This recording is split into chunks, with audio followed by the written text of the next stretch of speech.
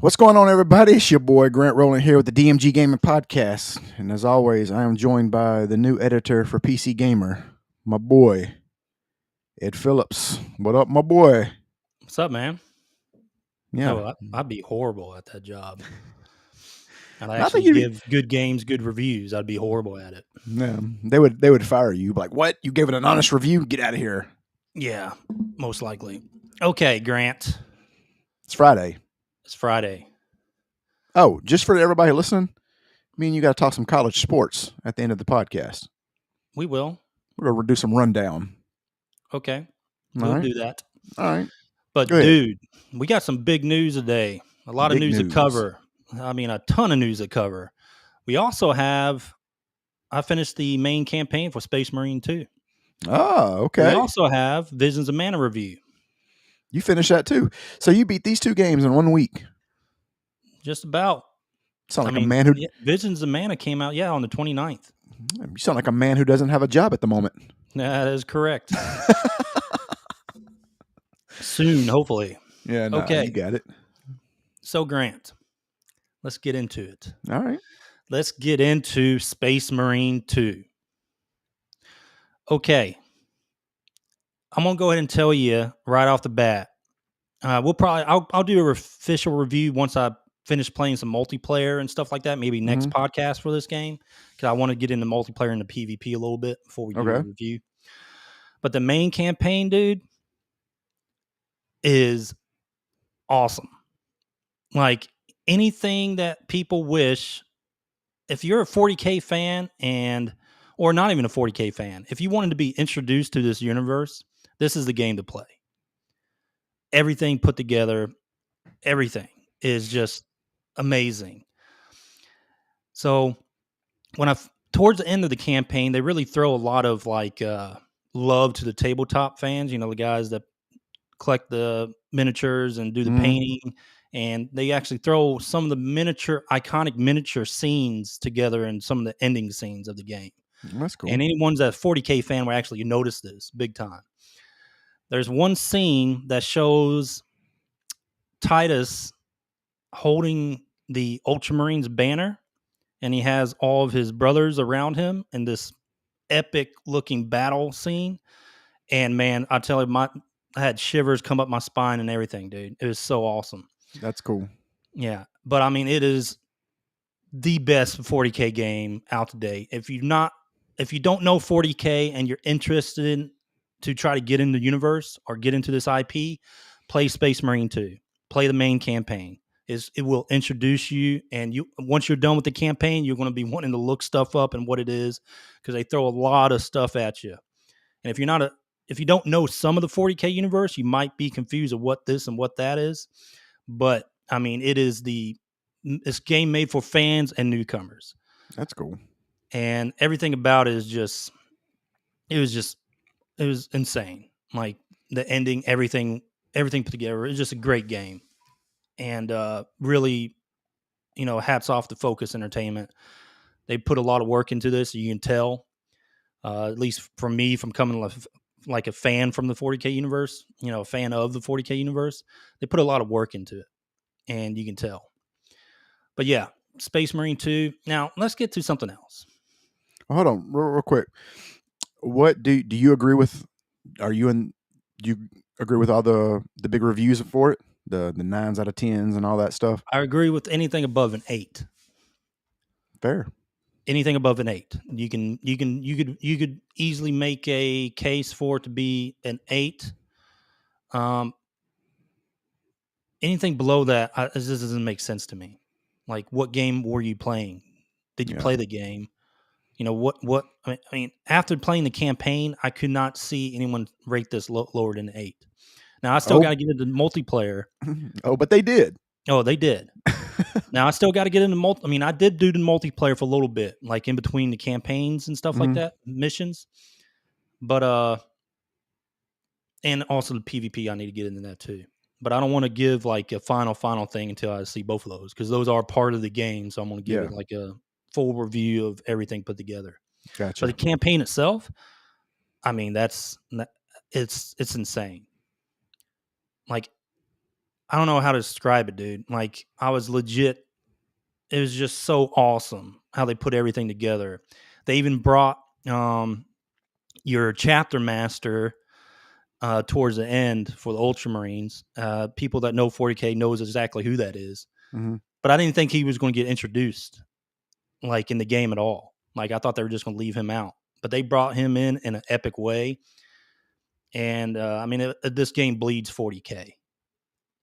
Like, the prime game for the 40K universe is now Space Marine 2. It That's is the cool. game to get people, either fans or people, introduced to it. But yeah, I really enjoyed it. It was a great game. Campaign, that is. Let me ask you a question. Is there anything that you didn't like about it?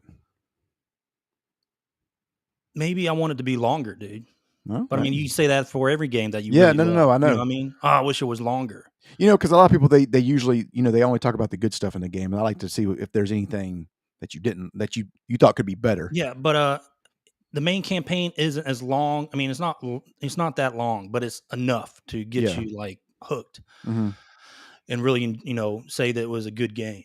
Mm-hmm. But after seeing the roadmap and what they plan on introducing, now once you finish the main campaign, just know this isn't Titus's. This is not the ending. Mm-hmm. So you're looking at future DLCs and expansions to this game. I got you. So it's not the ending, and it ends like that too. Like, it kind of leaves you not hanging, but know that he's about to go on another, a few more missions or another thing. Yeah, that's cool. But yeah, they did release a roadmap, and it showed like everything they're adding to it. They're expanding the game more, and hopefully, compared to other 40K games, hopefully they focus on this one and actually put a lot of effort into it. Mm-hmm. Like, after its release, instead of just they're really good, like Games Workshop, that like abandoning a project or something like that, or leaving it out to dry and not really pushing content and something in new 40K games. This is the game they need to do it with. Yeah. Because out of everything in the 40K universe, or whatever you want to say, the Space Marines are the focus of it, and that what everyone likes, when it comes to a lot of the lore and everything like that. But yeah, it's a fun game. I really enjoyed it, and I'll be playing the multiplayer probably after this podcast. Honestly, Yeah, we know you will. yeah. But the multiplayer has like chapters. Like, it's not just Ultramarine chapters you can get. You can get like emblems and stuff from all the other chapters of the Space Marines and stuff like that. So That's you can cool. customize your, your Space Marine in the multiplayer a lot, and how they look. That's cool. Okay. But yeah, so PCGamer gave this game a 60%.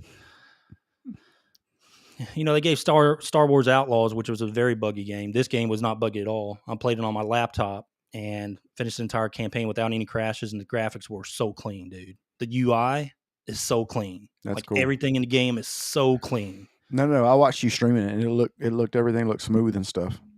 And that's just off a laptop. And Yeah. It was just so clean, dude. Now PCGamer, here comes another 60%. Now, they gave a buggy games Star Wars Outlaw 73%. Of course, there's different reviewers and stuff like that. Yeah, they kind of had to. My thing in this is like, when you play a game and you see how good it is, and you see a review score, and you're like, did this person even play the damn game? You know what I mean? Like, This is what I'm sure they might have did. They might have played the game, but it gets to me, after playing the game and beating it, you look at this review like, did they really play it? Because that's the thing. That's not the same. That's not what I got out of the game after reading the review. That's the thing about these these reviewers and stuff like that. They obviously get early access, like they're getting it, several days before even the 3-day access. You know what I mean? So you would think that they would get really deep into the game before they put out, whatever their review is and stuff like that. So I mean, it just, a lot of people are like, "Oh, you're just saying that because it's not what you like it so much." And they know, and okay, that's fair. You can say, you can say that, but I mean, it still doesn't. When you're the only one doing it, you know what I mean? It's kind of like one of those things. You remember like how guys used to be like, "Oh man, she's hot," and the guy over there is like, "She's all right." You know what I mean? It's like that. If anyone was worried if this game was woke, some pictures of Custodes female from the Tith or the Tithe series came Mhm. out. That's not part of Space Marines 2. Yeah. That's not from Space Marines 2. So if you're worried if it's woke, it's not woke. It is quite possibly one of the most masculine games I've ever played. Like, it's about brotherhood. It's about legit the lore Wait. of the Space Marines It themselves. can't be more masculine than Duke Nukem. I don't know, dude. Like, this game is legit. I mean, Duke Nukem used to like, oh yeah, tits or whatever. Yeah. You know, he used to say shit But like you know that. how like people, they kind of grab a hold of the game and then they kind of say things that really aren't true about it. Yeah. This game is straight up like balls to wall, true 40K. Yeah, no, that's good. Okay. Also, the early access numbers are up into the 130,000s. So the $100 bundles and the $90 bundles, 130,000 players concurrent. And now I know they actually just released a patch recently to update a few things to get the multiplayer a little bit more squared away. So if they continue that and kind of pay attention to it a little bit more, this might turn out to be really good down the road when it comes to additional Yeah. content they have in the roadmap and everything like that. 100,000 is really good. You know what game didn't get 100,000? Which one, Grant? Concord. Yeah. We'll get to them later.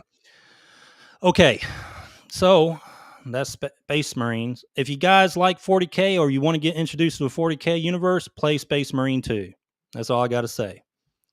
All right. If you play it, if you don't know nothing about the 40K universe, once you play it, you're going to be looking up a lot of stuff. You're about to go down that rabbit hole. You sound like the official recruiter for the Space Marines.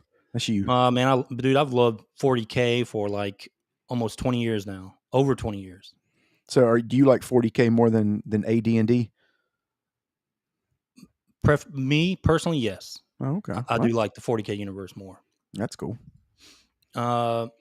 Especially compared to like new D&D stuff. It's not. It's way better. I'm sorry. I meant like classic D&D and stuff like that. That's what I meant. Nah, 40K all the way, man. That's cool.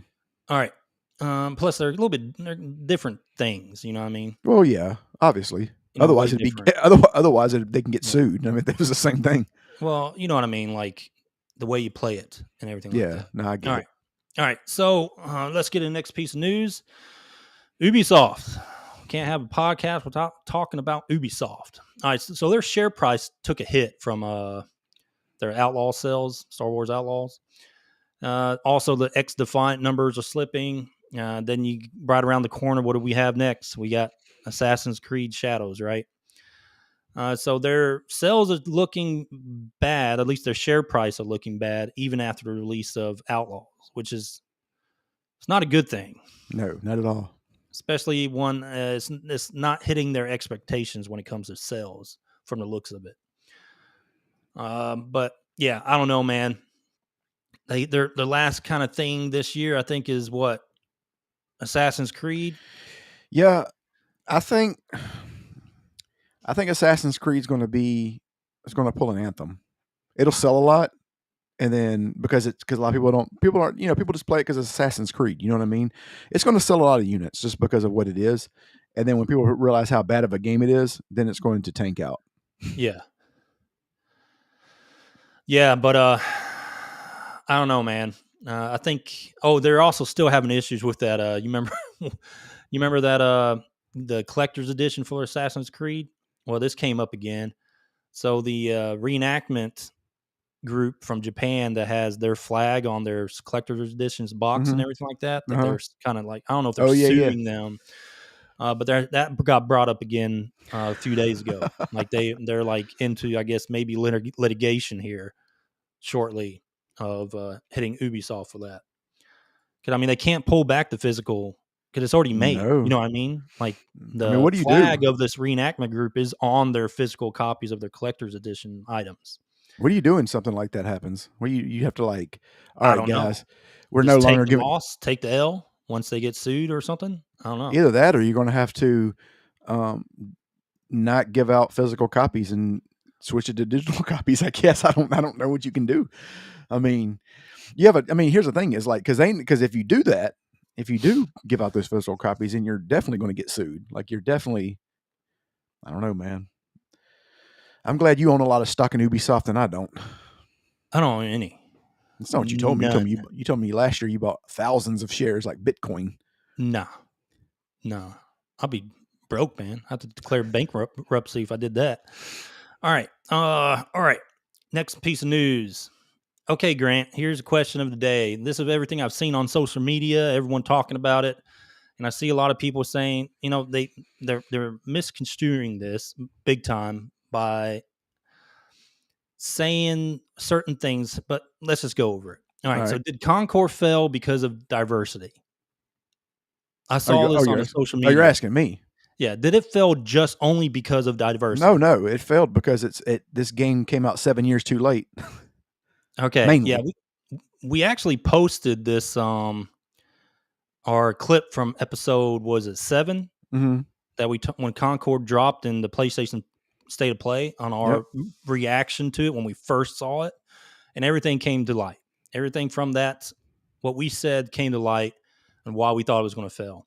Now, first off, if you're talking about diversity, are you talking about the shitty characters they developed that are just dumb looking? Yeah, they're garbage.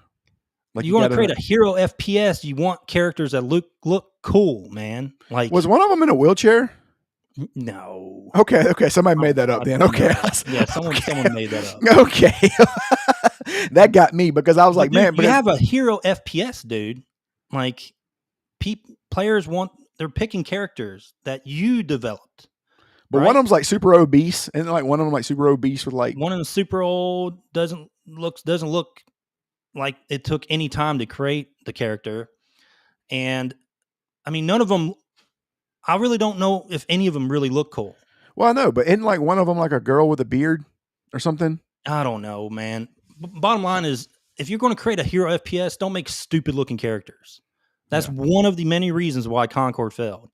You want to attract players that want to play a character and like basically, have, preference towards that character and always want to play them.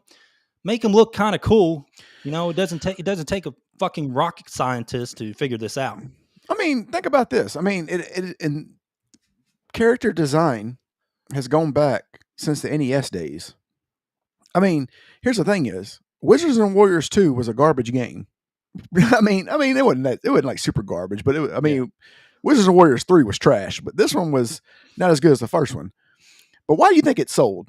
Why do you think that game sold as well as it did? Because it had Fabio on the cover, fucking ripped. I mean, Fabio. I mean, he didn't look like that in the game at all. Like the game did not look like that at all. But on the cover, the design of the character on the cover was fucking Fabio, ripped, holding a sword. Right?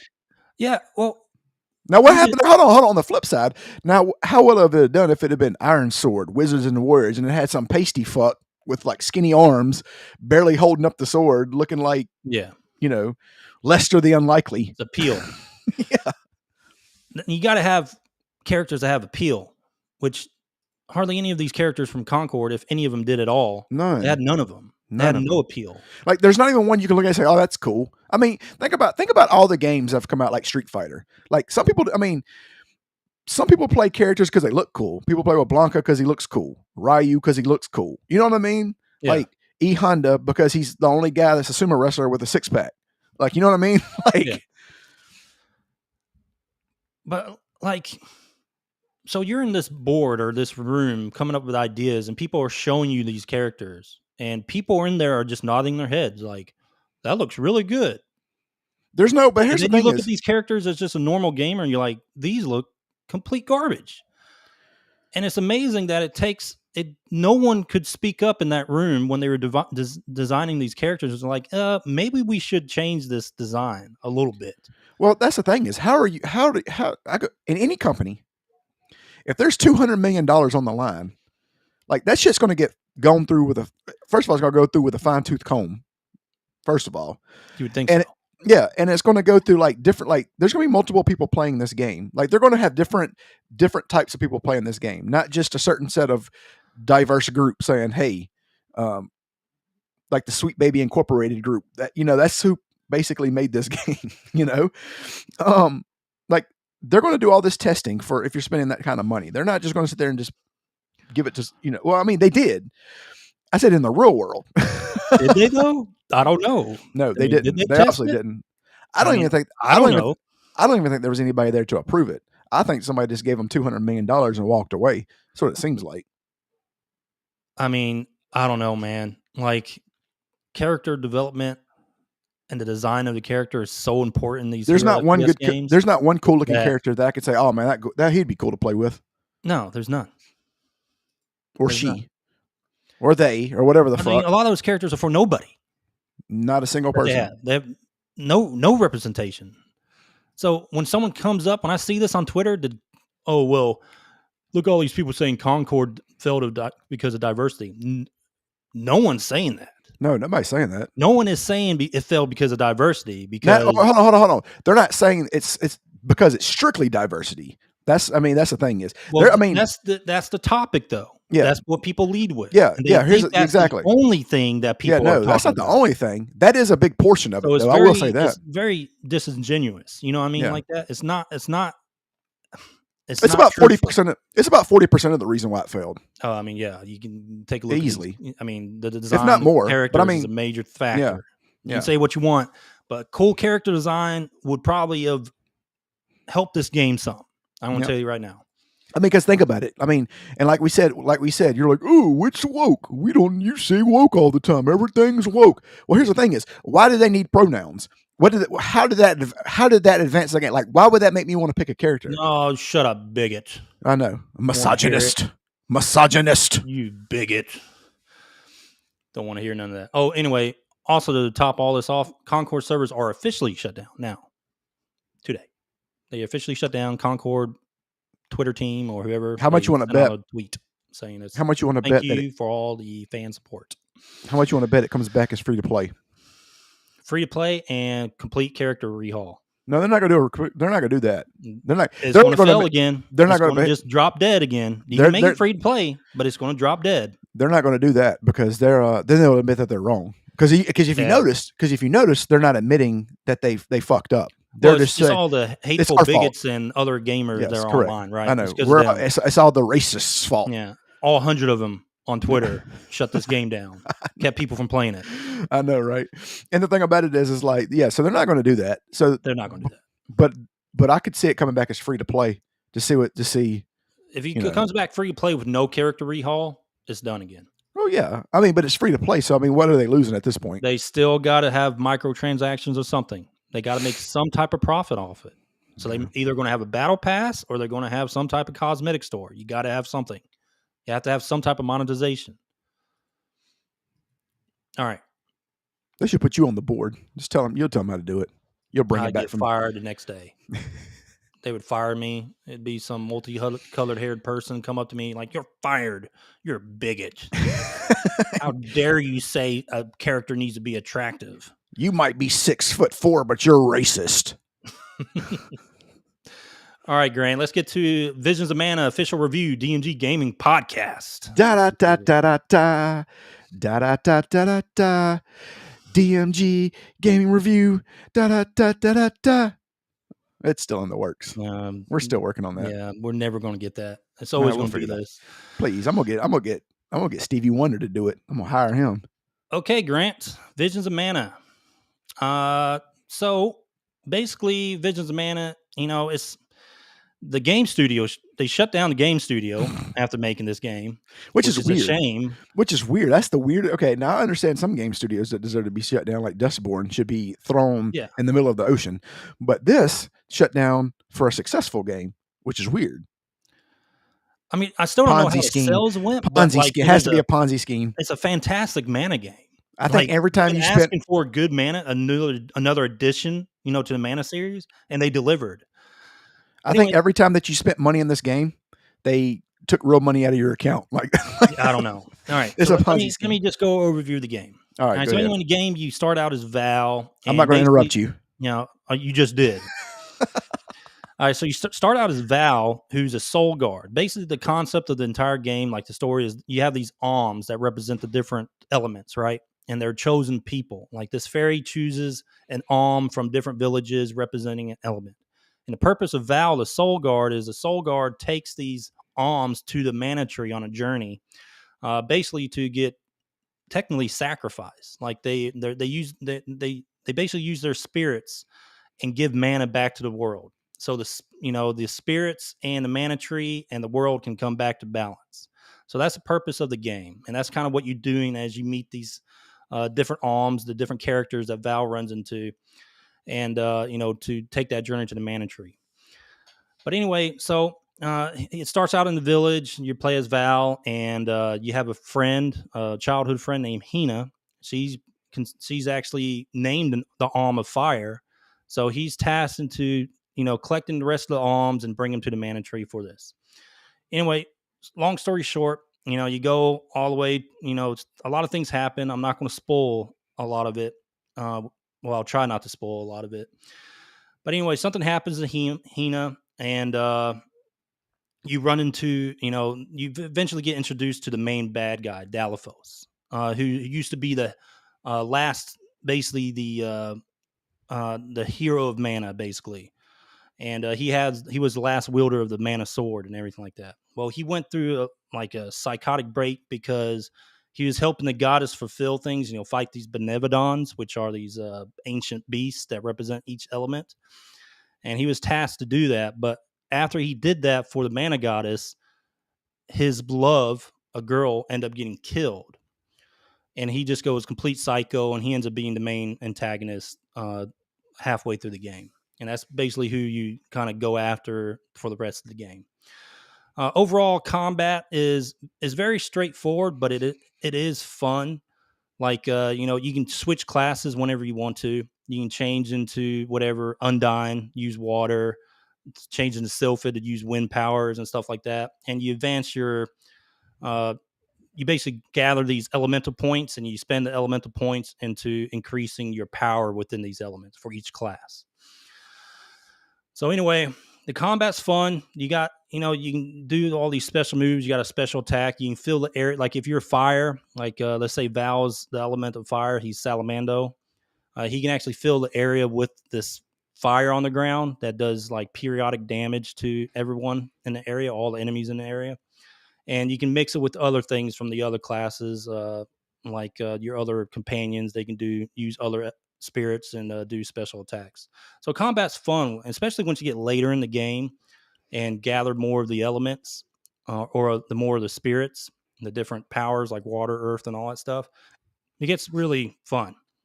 The game is beautiful. Like it is really a beautiful game when it comes to the scenery. The story's good.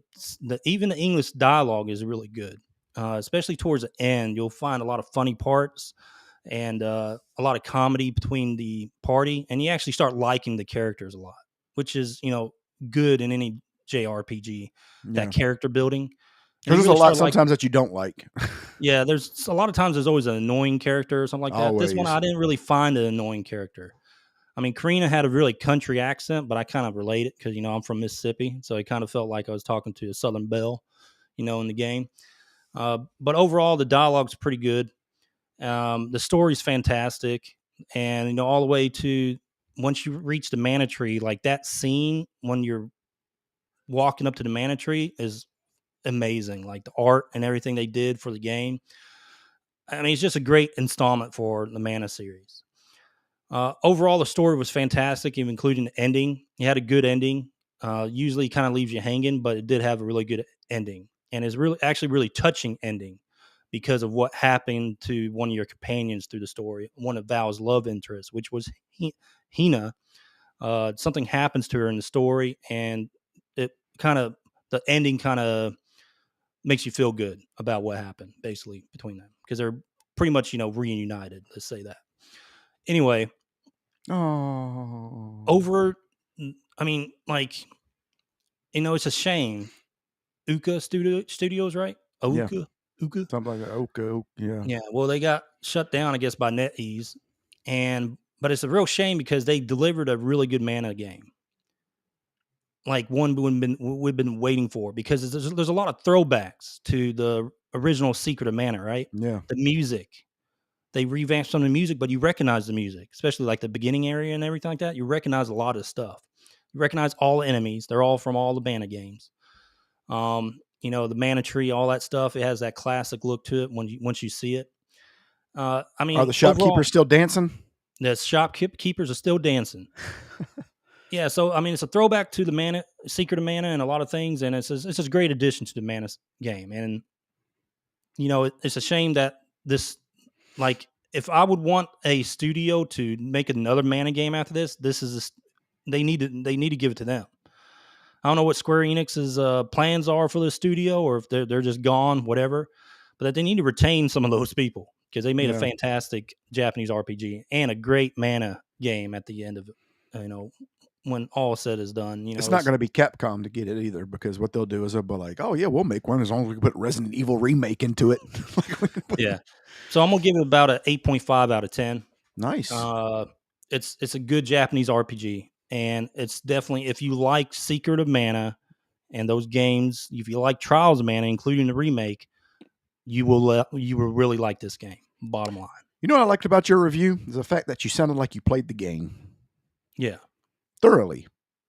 Oh yeah, I love the game, dude. So on the flip side, let's talk about anything bad. Is there anything bad that you didn't like? That the combat at the beginning can be slow. Okay. Like, it's uninteresting at first. Mm-hmm. So when you're first playing, you're like, is this all the combat is? No, it's not. It picks up a lot once you get more powers and more abilities. And it starts becoming fun because now you can take these seeds that you gradually get, ability seeds that you get from killing enemies and from like doing side quests. And let me tell you, dude, you want to talk about some side quests? There are a ton of side quests in this game. Like, did you do all the side quests? I did not finish it because I had to play Space Marine 2. Yeah, no, I didn't finish all the side quests. I get it. I'm not a side quest guy either. So anyway, there's a lot of side quests that you get some really good stuff with. And I mean, they're not just empty side quests. That some are part of the story, but a lot are not. But the stuff you get from it are kind of worth it. Mm-hmm. Like the ability seeds that you can equip on your characters. If you equip and you can play around with stuff, you can make some pretty op. Like I made Val into. I used Salamando for his class, which is basically a tank with a shield, but basically I can spin my shield around and like collect enemies together and then slam down on them. That's cool. And then I have like either one of the other party members that I put like basically spamming spells like all out on their strategy and the settings. And then I gave them an ability seed that lets them cast continuously without interruption. So as soon as I gather them all up, the other character just rains magic on them constantly. So you can make some really cool like combinations between, for combat and stuff like that. So yeah, I mean, that's my 8.5. It's a great Mana game. If you like Mana games, get it and play it. If you like Japanese RPGs, play it. We're going to put out the official DMG graphic of this review. Oh yeah, you made one up? No, not yet. Oh, you didn't do it? Okay. Not yet. Oh, let me guess. I have to do it? We'll probably wait for you to do it since yeah. Nah, I'll do it. It'll have to look good. So I'll do it. Yeah, but at the end of the day, it's a good game. It's definitely a good game. Great Mana game. Well, there you have it. 8.5 out of 10. 8.5 out of 10. Da da da da da. Do you want me to do it again? No. The closing? Oh no. Okay. Please don't. Okay. Grant, review's done. Let's talk Astrobot. 94% on Metacritic, dude. I mean, that's immediately from the get-go. I'm looking at Game of the Year. Yeah. At least contender. It is a Game of the Year contender, no doubt about that. Now the question is it Game of the Year? Is it Game of the Year? I think there's too many. I think Final Fantasy is, again, I'm going to say this. Final Fantasy is a great game. It's a fantastic game. I think there's more fanboys who are going to vote for it. You know what I mean? Just for that reason. Yeah. Over Astrobot. I think Final Fantasy VII is going to be my daughter's coming up in here. She's like, uh-oh. You give me my phone and it has no battery. Oh, no. They always grab my phone and play video games on it. That's what all kids do. Run out the battery. They run out the battery. So I think that I think Final Fantasy VII is going to take the going to take it.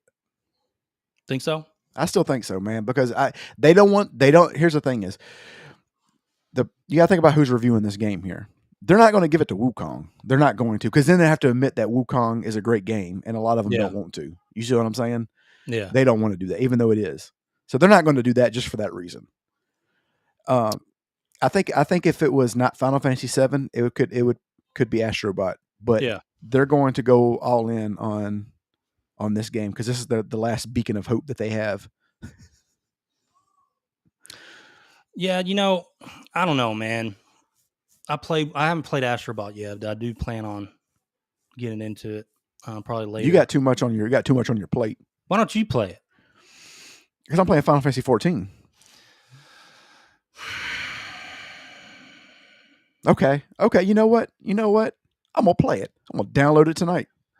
Okay, right. But you know what? I don't want to hear from you. Bullshit on that. You know what I don't want to hear from you? Oh, you don't finish games. You don't play any games. Well, that's if you finish it or not. Are you going to finish it? Are you going to play halfway through and just like, hey, I'm kind of done with it, and go through another game? It depends. Well, I don't know. Yeah, I mean, I haven't played Astrobot yet, but Wukong, fantastic game, definitely Game of the Year contender. I'm gonna tell you right now, man. I don't know if they will give it a look, but that Space Marine 2 campaign, I haven't really played anything like it, like how well done it was. You know what I mean? Like, it's short, but man, it is packed with a ton of stuff. You know what I mean? It's definitely a good year for games, man. It's been a good year. Yeah. So I'm curious if that will get any awards. I will say this: Game of the Year contender, but I mean, it's still good. Still a really good video game. Here's the thing, and I don't want people to think that I'm shitting on Final Fantasy VII because I love Final Fantasy VII. I think any game that gets Game of the Year out of those deserves it. I would be happy with either one. Let me shut my door real quick. No, go ahead. All I hear is like VeggieTales and stuff in the background. Oh, that's fine.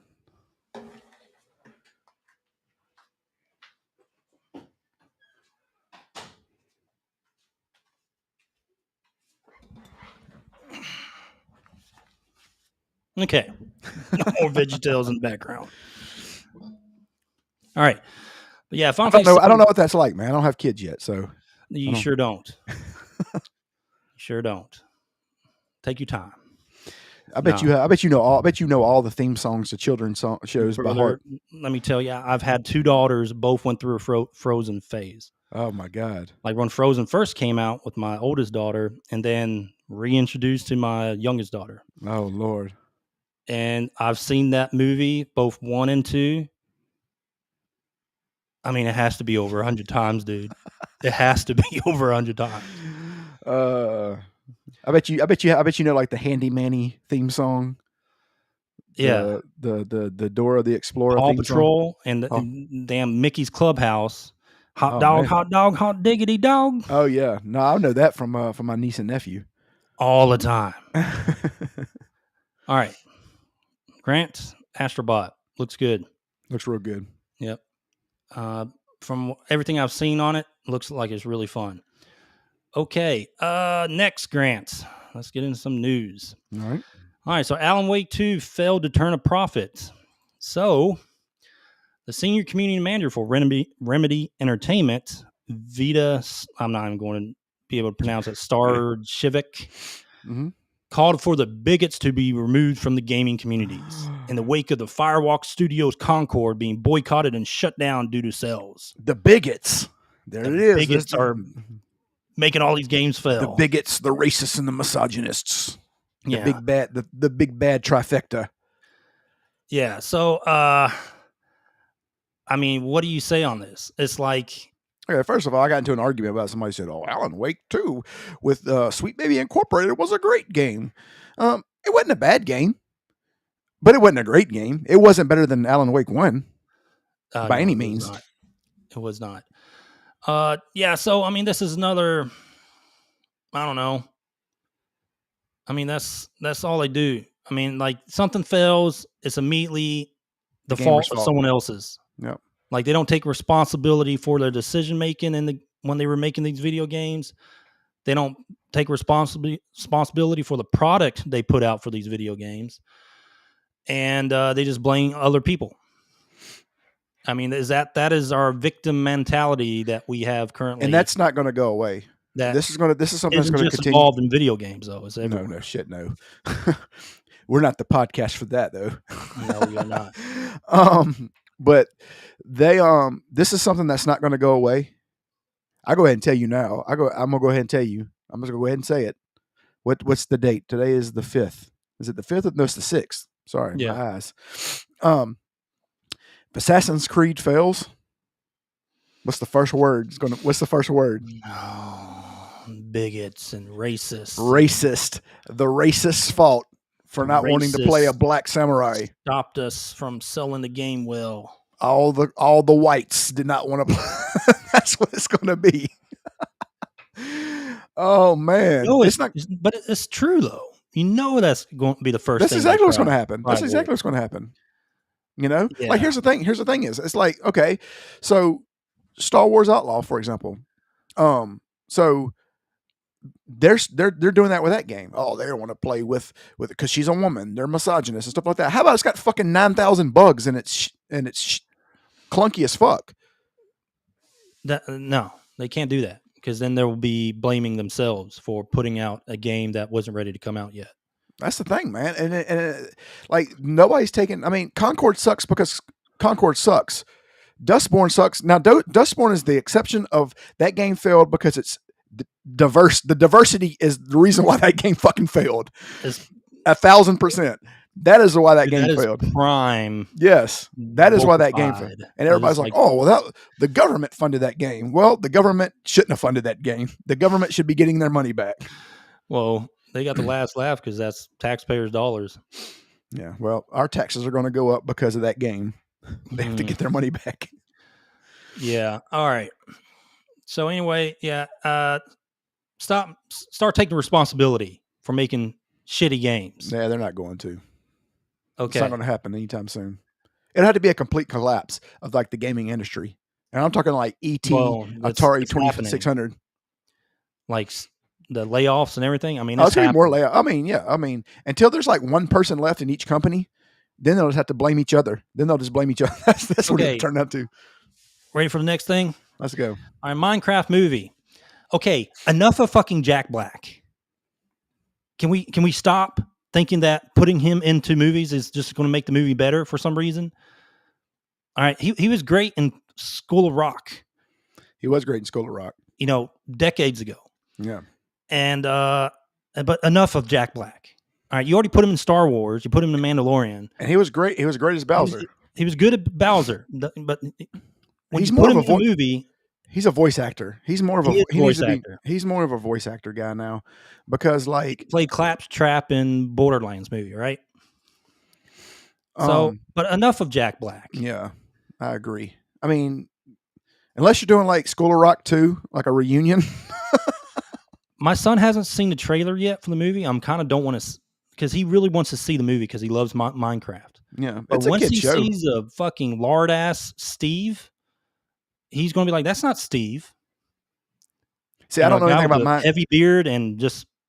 He's going to be like, "That's not Steve. What are you, Dad? No, this is not Minecraft." You know, he might be very upset. Well, that's the thing is, I don't know anything about Minecraft because, again, I don't have kids. So I don't know what Steve is. So what is Steve supposed to look like? I mean, he's a pixelated character, but he's not a bearded, overweight guy. So what they're going to do now, this is what they're going to say. Well, he's pixelated. So how are you supposed to know what he's supposed to? Oh, how are you supposed fat shaming? Oh, Lord. Oh, buddy. That's Get ready for that. No, but I'm saying like I mean, like I guess I don't have an opinion on it because I don't know what he's supposed to look like or anything about him, you know? So I don't know if he's a good character for this role. So you would be able to more speak on that than I would.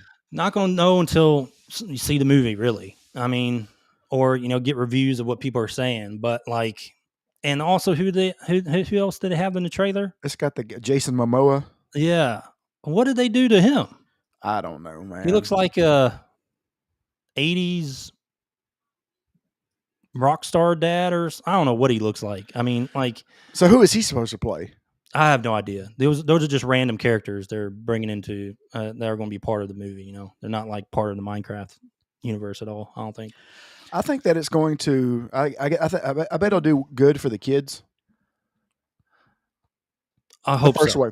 I say If the my first son way. enjoys it, then There you great. go. But if your son enjoys it, then you're gonna have to go watch it 3 more times in the theater. I'll just wait for it to be on digital. So you better just hope he doesn't enjoy it. You're like, you gotta talk him out of it. Like, did you really like that, It'd son? be like me when I was a kid, man. I saw The Lion King in theaters like 4 times. Can't bring man. my mom.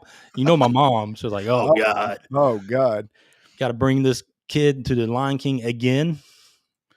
But No, yeah. but here's the thing about your mom. Your mom is very blunt. So she had probably looked at you and said, "You know what, Edward? We're not going to go see that fucking movie." That's exactly what she would have said. That's exactly what she would have said. No, she did. She brought to me multiple times. She brought me to the movies. That's good. All right, Grant. All right, so Minecraft movie, no idea. I don't know. I know I'm going to see it with my son. I'll let you know how it is. How about that? Okay, Grant. Next piece of news: Dr. Disrespect is back. Yes, I saw that. Thoughts? I saw that he was getting. I didn't hear that. I haven't had a chance because I just saw it that it was posted, so I didn't really get to hear it say what he was saying. I kind of got the basis of what he was saying though. He was just talking about basically he didn't do all that stuff like that, and of course, the Kotaku couch perked up and was ready to put on their armor. Oh, buddy, everyone was up in arms on social media today. Oh after yeah, that video. my boy So Moses, what's up, boy? That's you know him. You know Moses. So like, my thing about this is, why didn't he just say all this shit from the get-go? Was it because of litigation happening, or he couldn't talk about it so much? I mean, just say it. But let's break it down. So this is from a summary that I got from at Hun2R, HUN2R on Twitter or on X. Basically, kind of summarize the video. Basically, what he said, he was not found guilty of anything, which is true. The individual did not want to file a report, but Twitch pushed them to. That's interesting. And this is all coming from Dr. Disrespect. Basically, just a summary of his stream he did. His old Twitch partner manager was targeting him and personally escalated messages to Twitch's legal team after Doc requested a new manager.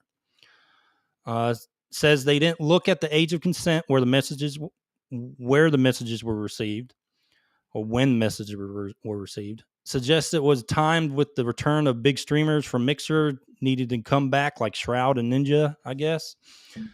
And it was escalated to the National Center for Missing and Exploited Children, but they took no action. So this is all coming from Dr. Disrespect. So my thing is this, man. Like, just be clear about it. That's all you got to do, right? We should have done that from the beginning, unless he couldn't. Like, again, I don't know what he was allowed to say. I don't know, like, what legal stuff was happening, what he could and couldn't say. So there's the battle line that's drawn. Like, you're either with him or you're against him. Exactly. Hold on. There's no middle. Happens? You can't be in the middle, Grant. You know what happens if you're with him? You're a pedophile lover. Yeah, exactly.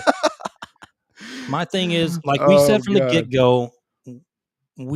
get-go, as soon as all this stuff came out, was like, let's just wait. I just want to see it play out. Don't don't go after him, call him a pedophile. Why don't you just wait for everything? Yeah. Right? That's the best thing to do. Wait for more information. How dare you? How dare you, Ed? Oh, I know it's not a rational take, is it? Oh, not my God. Think about that. For more information. Think about the victims, Ed. Yeah. Okay.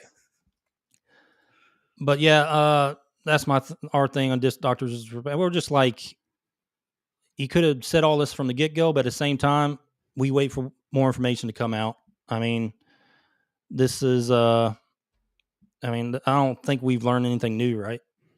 No, I mean, you just kind of heard his side of the major, story. I'd say. I mean, you kind of heard what he had to say. He's saying he did not have relations with the minor or texted a minor too, correct?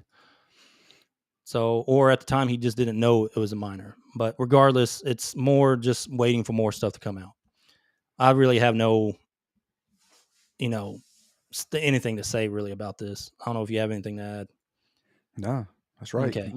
Moses said, "You mean you're not going to jump to conclusions?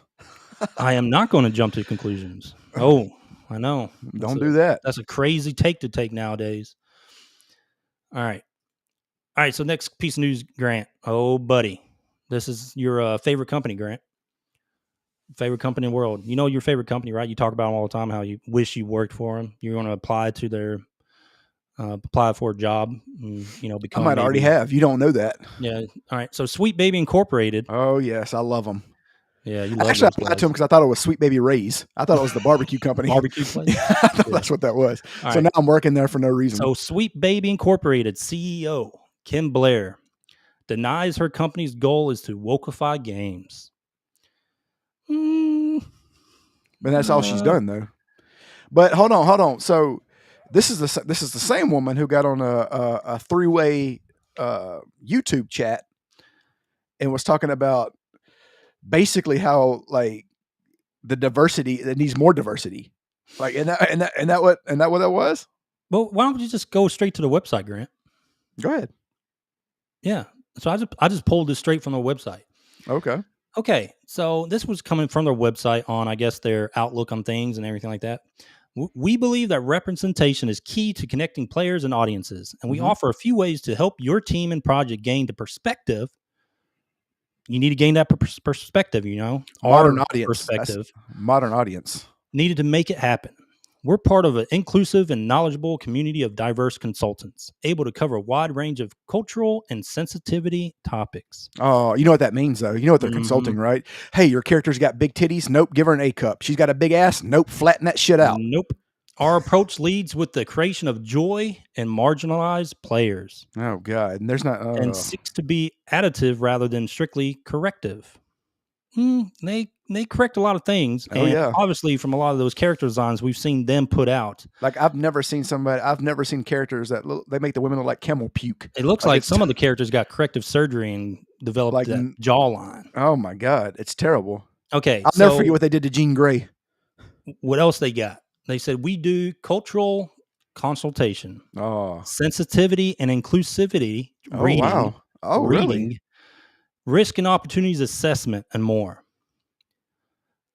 All right. So now you want to talk about not wokeifying games. This is the prime example of people with a certain ideology want to inject their ideology. I guarantee you, if you don't follow that ideology, you will not be hired at Sweet Baby Incorporated. They are the Skynet. They are the Skynet of diversity. Yep. Go ahead and check that. I guarantee you, if you don't have a certain ideology, you will not be working here. You know what There's I like only to one do? way of diversity for them, and it's their version of diversity, which includes not a lot of people. You know what would be funny? And if I say it out loud, then it probably wouldn't be because it would be giving it away. But this would be funny. And we'd probably get a lot of YouTube videos. We'd probably get a lot of subscribers. If me and you went to the Sweet Baby Incorporated headquarters and went undercover, we like dressed up as like shaved our head and colored it and parted it to the side. And then walked in, put like that like half hair falling down here and put on like right here. Put on the glasses and stuff like that. And blue just walked hair. in and then put like a hidden camera and just asked a bunch of diverse questions. It's like, is this a safe space in here? Like, is this very friendly? Yes. Yep. Like Moses says, Matt Walsh it. That would be good. Matt Walsh, yeah, that'd be hilarious. Yep. Oh, and like asked to do your bathrooms are gender inclusive? I'm gonna say, y'all do have tampons in there, right?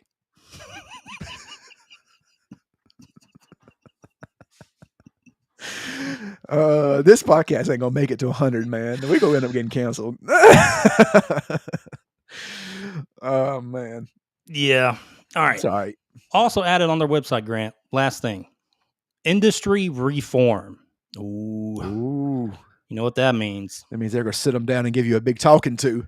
The video game industry needs reformation. Oh my God. No, it does not. I want you to tell that to every Asian company out there and see what they tell you. Yeah.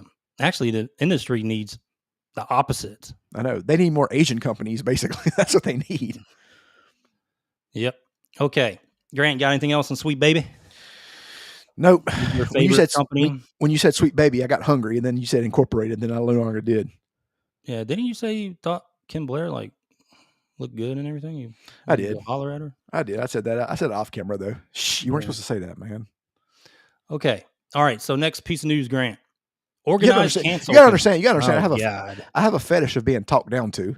I like. Oh, you I have do? a. Yeah, it turns me on whenever you tell me that you're a racist and a bigot. Like being demasculized. I love it. Love it. Okay. I like it whenever they. I love all that. That's me. Okay. All right. Next piece of news. All right. Organized cancel campaign, Grant. All right. So this was insane. All right. So if anyone's not following this, anyway, so this person actually was of several accounts on social media. This was weird too. This was weird yeah. how this all played out. It was weird. So rewriting Ripley Pod and Molly Damon and others on social media tried to get Nerdrotic, Jeremy Griggs of Geeks and Gamers, and Ryan Cannell of RK Outpost and others demonetized on YouTube. Also, Star Wars Theory, right? Yeah, but he's always been kind of involved. He wasn't specifically named on this, but I mean, they're always going after Star Wars Theory, dude. Like all the time, they try It's to funny, go after him. dude. Go ahead and tell the story for people who don't know, because what YouTube did was hilarious. Yeah. So anyway, so all these guys that organize this cancel campaign against Nerdrotic. So Master of TDS, the guy who spots bot uses and everything like that, he even came forward and showed all these examples of bots attacking Nerdrotic and all these other accounts that they're trying to do this cancel campaign against. How does this guy do that?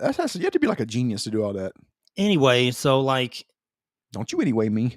Yeah, I did anyway.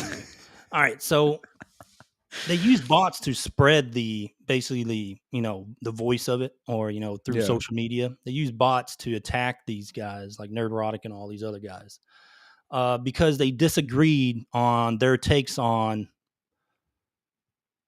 science fiction and other IPs. God damn it, the Star Wars acolytes, where it all boils from. So their thing was it's hate speech, and it was harassment. The show fucking sucked. For them to talk about these shows, I mean, yeah, that's pretty much the sum of most of the stuff. I mean, they get into long videos and explanations of why they dislike these shows, but yeah, it's pretty much a summation. They're not good. Like these shows are not good. Trash. They're not well written. They're basically a slap in the face against fans for a lot of these shows, to include Rings of Power and stuff like that. Oh yeah, I'm gonna go ahead and tell you now. Season 2, Rings of Power, garbage. Go ahead. Anyway, so because someone's opinion, so this is the matter of fact. All right, if someone doesn't have the same opinion as you, it's not hate speech. Okay?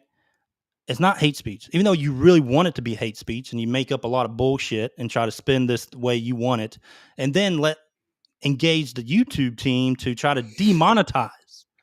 These are people's livelihoods. Dude, they were breaking out like code, according to YouTube, paragraph 3, code 6.3. Well, if you read their little paragraph or essay they wrote that was circulating, it was pretty much saying they just didn't like what they were saying. Yeah, I mean that's basically what it boiled down to. They used ChatGPT and wrote this whole long thing, and it was basically all that just to say we don't like what he's saying. But they kept trying to use the word harassment, and then the bots started to recycle that under all their posts, like Nerdrotic and all their posts, to saying harassment. And it didn't turn out so well for them, because the YouTube team came back and said, none of this is against our policies. We reviewed all your videos that you had a discrepancy against, and they were not against our policy. So in other words, because someone has a different opinion than you doesn't mean it's harassment. Correct.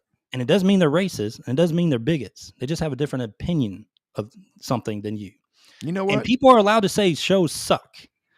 They are allowed to say honestly, if someone didn't even watch the show and they just went on YouTube and say, hey, I think this show sucks. Well, that's your opinion. You know what? With that kind of talk, you're not getting a job at Sweet Baby Incorporated. Oh, well, you already took the job anyway. I did. Right. So another thing to add, if you don't like what they're saying, like Nerdrotic and all these others, Star Wars Theory, then stop watching it. Block them, mute them. Just stop watching the stuff, okay? They're allowed to have their opinions on shows, and honestly, they're successful. Like Nerdrotic, Star Wars Theory, all these guys are really successful because of their takes. Correct. And they have some really good takes on things, especially Star Wars Theory. I've always found them fair. I mean, they are. Yeah. They have very rational takes. I mean, like Star Wars Theory, everyone thinks, oh, he doesn't like Disney Star Wars. Well, he does like some of the shows on Disney Star Wars. Some of them. But I mean, if some He of them just are doesn't like trash, the Acolyte and the other trash. I mean, But he was really like, I remember watching his reaction to, I think it was Mandalorian season 2, or season 2 when Luke Skywalker was introduced. mhm. And I mean, he got very emotional. So Was it Mark Hamill? these guys aren't I haven't seen it. tourists. No, it was a CGI rendition of Luke Skywalker. Oh, But so these like guys young. aren't tourists. These guys are legit fans that have been fans of these things and all these other popular IPs for a long time. So if you just because you don't have the same opinion as them doesn't mean they're not wrong. Because a lot of other people share their same opinion, just like some people share your opinion of maybe liking these shows. Yeah. All right, but stop trying to cancel people. These people are on. This is their livelihood. You know, they are monetized for a reason because they put out good content, and that's why they have a lot of followers. But yeah, I mean, like this has got to stop, man. Like this stuff, it's not going to stop. It's not going to. We have entered. Look, we have entered. Me and you have entered a battleground of where we are against is us versus them, and that's how it's viewed. I try to stay.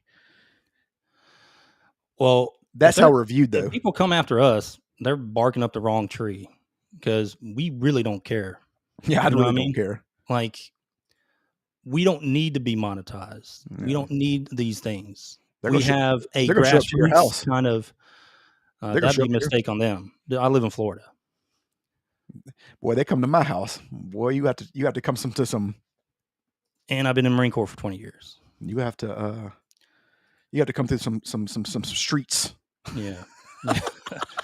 So anyway, like you might get robbed from my house. Yeah. I mean, it's ridiculous. Anyway, let's move on, Grant. All right. Damn, we're at an hour, dude. An hour and 2 minutes. All right. All right, next piece of news. Okay, so after playing Space Marines 2, I already gave us my spiel on that. Great game. Great for fans. I mean, it is the pinnacle of, a 40K fan. If you want to play a video game and you're a 40K fan, you need to play Space Marine 2. If you want to be introduced into 40K universe, you need to play Space Marine 2 because it is a penultimate of introducing you into that universe. So anyway, but there's a big thing about this going along. Basically, mostly tourists and people that don't even care about this IP. So what they're having a big push for Space Marines to have females in them. Now they already did this with the 10th edition, right? With the Tithe series, they introduced a female Custodes, which is not in Space Marines 2. But my thing on this. Are you talking about that big ass letter? Hmm? Are you talking about that big old that thread or whatever? Yeah, it was a thread, but not. Well, the thread was talking about why they need to introduce it. It was a nonsensical reason. No, I'm talking about the one that said the girl was like, "This is why you shouldn't play this game. Do not play Space Marines 2." That's what I'm talking about. It made no sense what they were talking about. It was more of like just because it doesn't have females as Space Marines, it needs to. I mean, there's no reason. And this person most likely is not even a 40K fan or played any of the games or know anything about the universe, right? They just want to inject that, I guess, ideology or that thinking that it needs to have females because of no reason at all, just because we say it. Okay, so there's a reason. I could spend a whole podcast talking about why there's not female Space Marines or why, but before they introduced the one in the 10th edition cycle. But the reason why Games Workshop never had a Space Marine female because of their own lore and what it takes in order to make a Space Marine or even a Custodes, especially what it takes to actually create a Custodes is against anything. It doesn't make sense in the universe to create a female. Well, you know what I say about that universe? The amount of people that would die. What? Go ahead. You know what I say about that universe? It's misogynist. Yeah, I mean, it's a very masculine IP. I know. It's supposed to be. It's supposed to be. To be exactly because of it is a war the universe is at war, and only thing this universe knows, this IP knows, is war. Yeah. That's the thing, though. They don't care about They don't. You're right. They're not even playing the game. They dismiss the already badass females you have in the 40K universe. They probably don't even know. They probably don't even know they exist. They don't know. They do not know, because again, you got a lot of tourists. You have the Sisters of Battle and you have the Sisters of Silence. Those are your chapters of only females in the 40K universe. I feel like you should work for that company, because you know a lot. You know a lot about that game. You know a lot about that world. Yeah, but anyway, 40K has always been successful, and it's becoming even more popular. So why change now? There's no point in changing. Do not mess with the lore, because right now Games Workshop, by introducing in the 10th edition that female Custodes Marine, they went against their own rules when it comes to creating lore. Like when they do one for authors and everything like that, it has to make sense in the universe that it's in. And in order to make a Custodes, just a regular Marine back in the day, when the God Emperor wasn't undeath, I guess you could say, he was actually alive and at full power, he could make maybe, what was it, like 50 Custodes a year, and he made 10,000 of them in a span of 200 years. You give me that look. You give me that look. Don't worry, I'm about to drop some knowledge on you. You went deep on me. I have no idea what you're talking about. I'm just listening. You know how many people die from this process in order to make a Custodes? A ton. Even when the God Emperor was doing it himself. Now, after the God Emperor, after the Horse Heresy, and he became stuck on his basically his golden throne and in the state of undeath, still technically alive, I guess you could say. So the scientists started to take over his process, but they didn't have it mastered like him. And so they were only creating one Space Marine or one Custodes a year. You get what I'm saying? Like it took them they only could create one a year. And out of thousands upon thousands of candidates that it would take just to get that one, that would die in this process. Now, in the Space Marine universe, you have females of nobility that, have kids and everything like that they grabbed in order to, to create these Space Marines, through DNA and all that stuff, basically, and throughout the universe. So imagine the amount of noble females that you have to kill in order to create just one female Custodes. Boy, I hope you're right. I hope this not, because you're having a lot of actually that's not exactly how precise.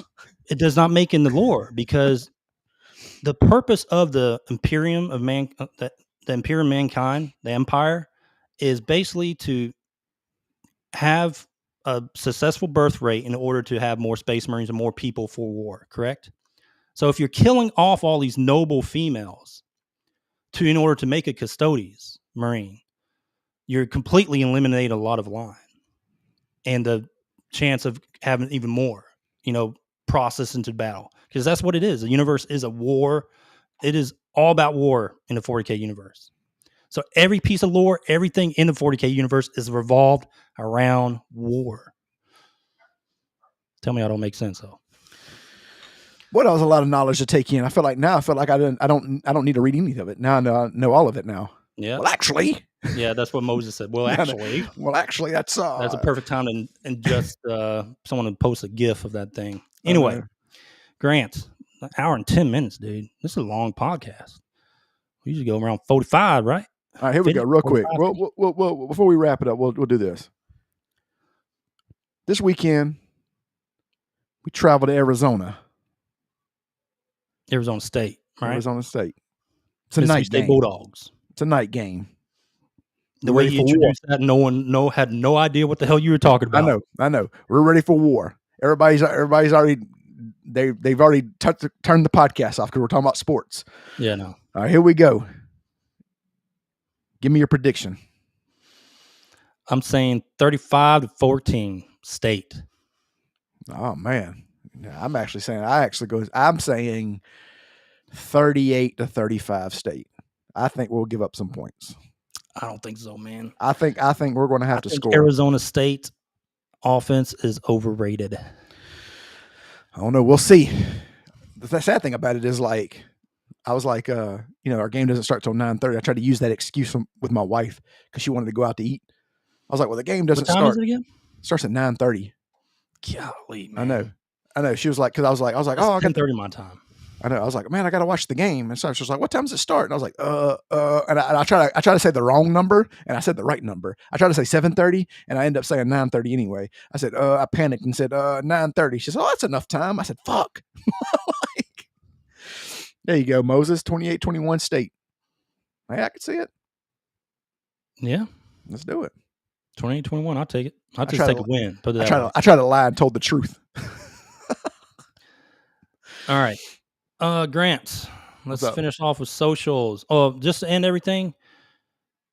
Visions of Mana, great Japanese RPG. You guys haven't played it, you like Japanese RPGs and you like mana games, play it. It's a definite. Space Marine 2. If you like 40K, if you don't not sure about 40K, this is the best 40K game ever made. You're not about to tell us a 40K story, are you? No, I'm not going back to 40K. Trust me. Thank you. You don't have another hour. Yeah. We only got so much bandwidth that story can take. Play it. I recommend it. I'll have a official review here on Tuesday once I'm done with the multiplayer and the PvP in it. Okay, Grant. Socials. Go. All right, guys. We appreciate y'all tuning in. Go follow us on YouTube. We're growing at a really good rate. We got like 700 subscribers. 716 subscribers. So in like 3 months, that's pretty good. So follow us there. Follow us on TikTok at DMG Gaming Podcast. Follow us on Twitter, the DMG Gaming Podcast. We're on Instagram. I don't really do Instagram, even though we're supposed to. I think I got like one video and one follower. I think we got one follower on Instagram. So shout out to us. I've never been on our Instagram account. I know. I can tell. You didn't even follow the Instagram account. Oh, I'm sorry. I'm busy doing YouTube and Rumble. And fucking talking about 40K. Fucking telling 40K. Gather around, children. Gather around the campfire as I tell you about the Space Marine. Knowledge, man. All right, go ahead. So yeah, that's it, guys. So we'll see y'all next week. We'll have some more stories, some more news, and I'll make fun of Ed some more. Like always. See y'all later. Anyway, go and end it. All right, we'll holler at y'all. Peace. Peace.